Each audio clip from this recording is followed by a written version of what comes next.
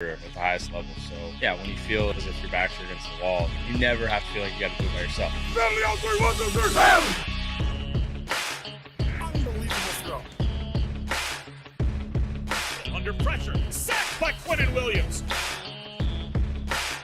Right sideline, Uzomah's got it. You look to your left and your right, you got guys out there with you that our whole point is to help each other.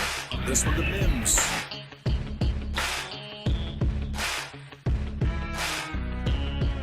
That's Corey Davis climbing the ladder.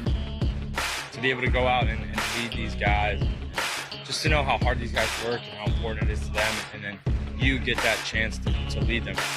Everything that happened that needed to happen for us, it almost felt like kind of like a sign, like you get like a second chance almost. Gets extra pushes, running left. Maybe a little extra life breathing in the locker room. Touchdown Jets. Welcome to Talkin' Jets. My name's Ryan, and I'll be your pilot tonight. I am joined alongside my co-pilots. I have Green Bean and Matt O'Leary. Matt, how you doing tonight? I'm doing all right. It's been a weird 24 hours or so as the football world has been kind of shaken to its core. But yeah, we're going to try to talk some Jets football. We're going to try to do some good and talk up a well-deserved charity and, try to make the most of this. Green Bean, how are you doing tonight? Green Bean, we can't hear you.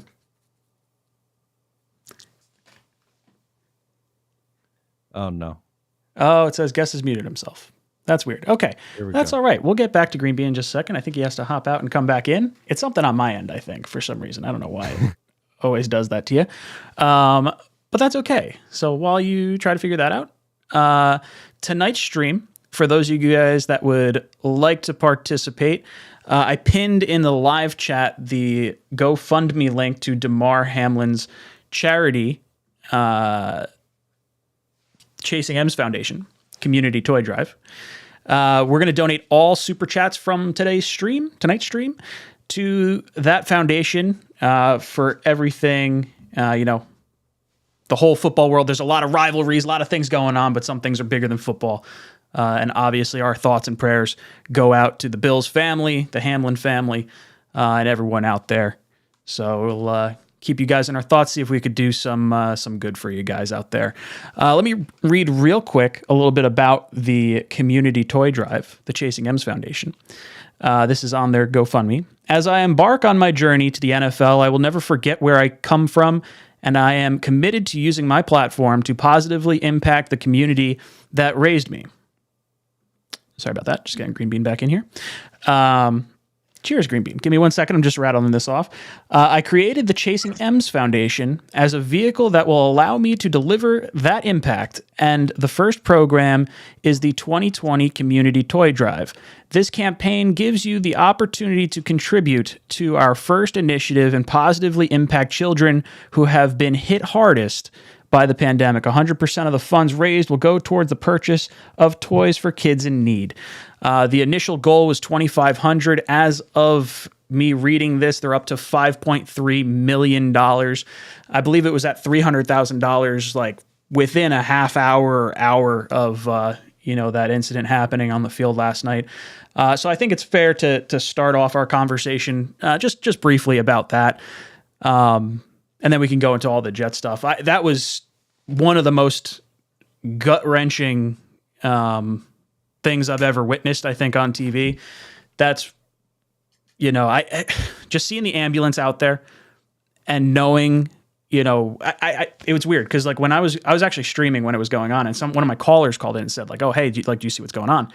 And as I'm like watching it, I'm just at like a complete loss for words. Just no way to talk about anything at that point, anything going on. Normally I do a 2-hour call-in show. I had to leave after an hour. I just very confused, wanted to hear what was going on with everything there. As of right now, I think the last update I saw was he's at 50% oxygen, which is better than the 100% he was getting. I'm assuming that's because of maybe the CPR, like the damage they do to the lungs when that's done. I don't know. I haven't seen anything actually official as far as like what happened to him.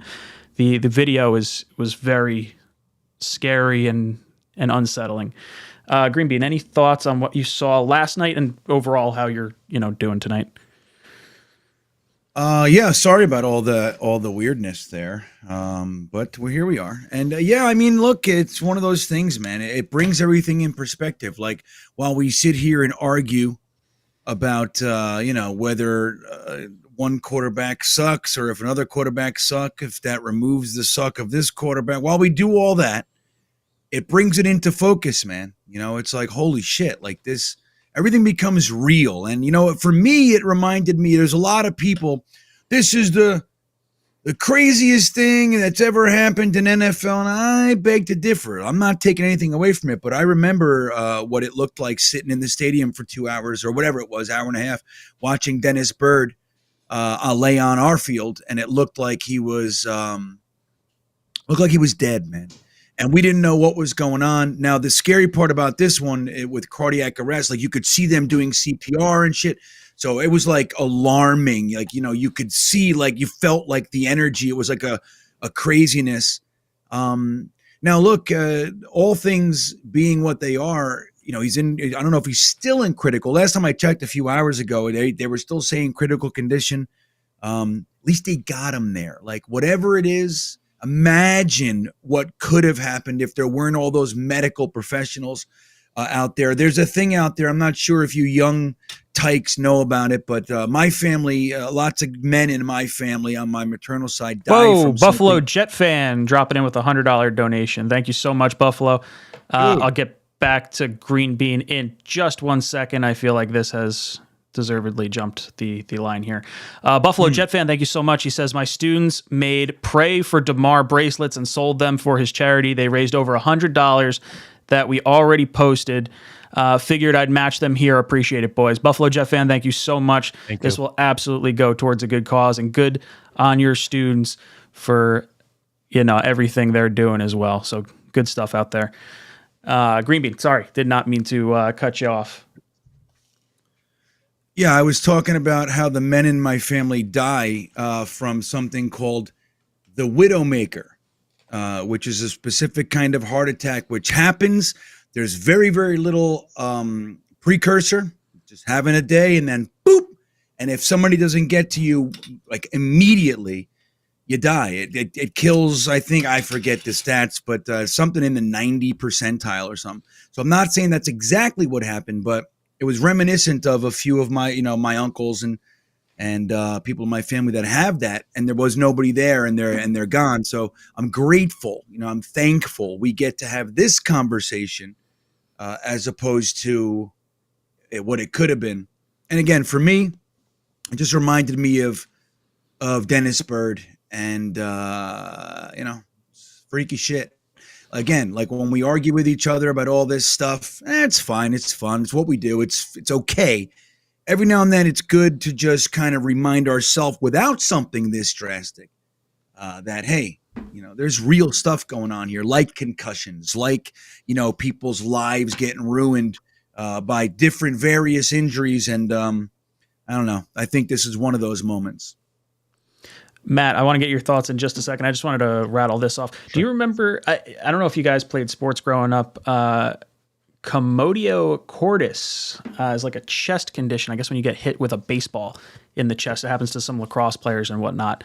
I guess it's like a perfect timing with a hit with the rhythm of your heart, and it throws you into this like chaotic heart rhythm, which usually needs to be shocked, I guess. So I don't know if that's, I just saw that floated around as a potential rumor to things going on. Matt, your thoughts on everything? Yeah, just like I said, really surreal. The last 24 hours, I was doing a podcast, and my dad texted me and said, "I think someone, really got hurt pretty badly in Monday night game." So I turned it on after, and the game was already suspended at that point.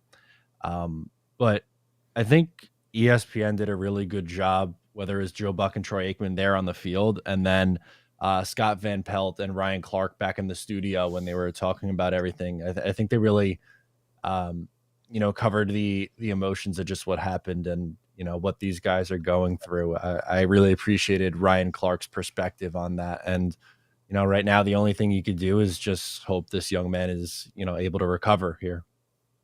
Yeah, it's interesting to kind of hear a lot of things that went on. Like I saw the Skip Bayless tweet and his comments today on FS1, and just sort of the weird ins and outs that this situation has kind of have brought to light. Health conditions and whatnot, and then also just the shock that this is just all a game. And then also the other side of things, like why didn't the NFL pull the plug on this game earlier? It took them however long to do that. I think that was the other common thing that I saw. My thinking is the initial thought was like, okay, we don't know what's wrong with the guy. Let's give the teams 5 minutes. I think they figured that out. And I think once they realized it's probably, maybe a little more serious, that's when the coaches got together and went off the field, came together. And then to wait, however, it felt like 2 hours almost before they actually pulled the plug on the game. And it felt like that was, maybe some of it was to get, as much airtime as possible. It's an important game. They're trying to weigh their options. There's a lot of logistics that go into an NFL game, not just the players on the field, but like literally all the support staff and like flights and everything that needs to kind of happen. So I understand there being some logistics, but I think fans getting up in arms about the NFL maybe not game early enough might have been a little blown out of proportion. Greenbean, did you have any thoughts on the the way the NFL handled this?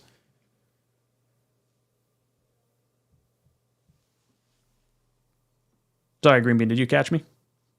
I don't know. No. I might have froze. Sorry.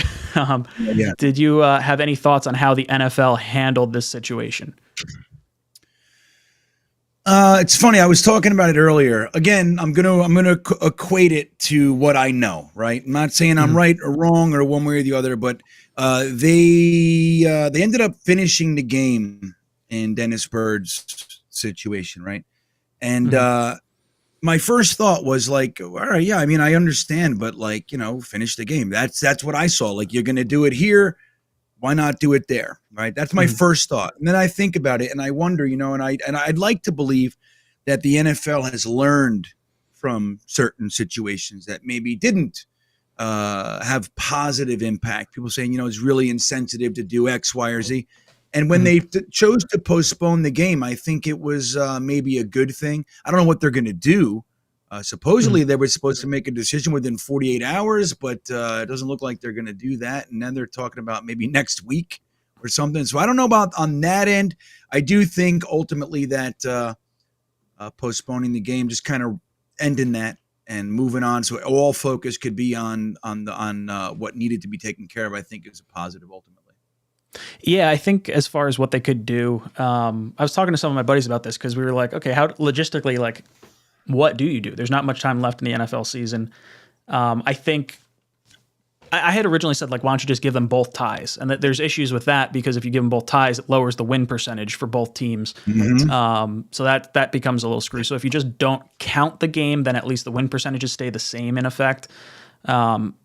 Maybe they decide to just skip this game, play next week's game, and see if this game would have even impacted what happens. I think that's probably the smartest way to do it. And then if the NFL wants to like push back the entire season and do the Pro Bowl after the Super Bowl or something like that, I think that would be the way to do it. And you just absorb that 1 week sort of gap. Well, here's another idea. Why don't they let the Jets play the Jaguars and Detroit Lions again for that? No? That'd be nice. With Derek Carr as the quarterback. Is that not part of it? I'd like that. I like it. Sprinkle a little humor on there.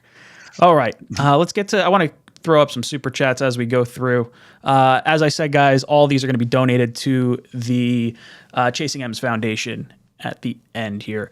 Disregard Prophet comes in with $2, says Derek Carr is the best option, plus prayers for Hamlin.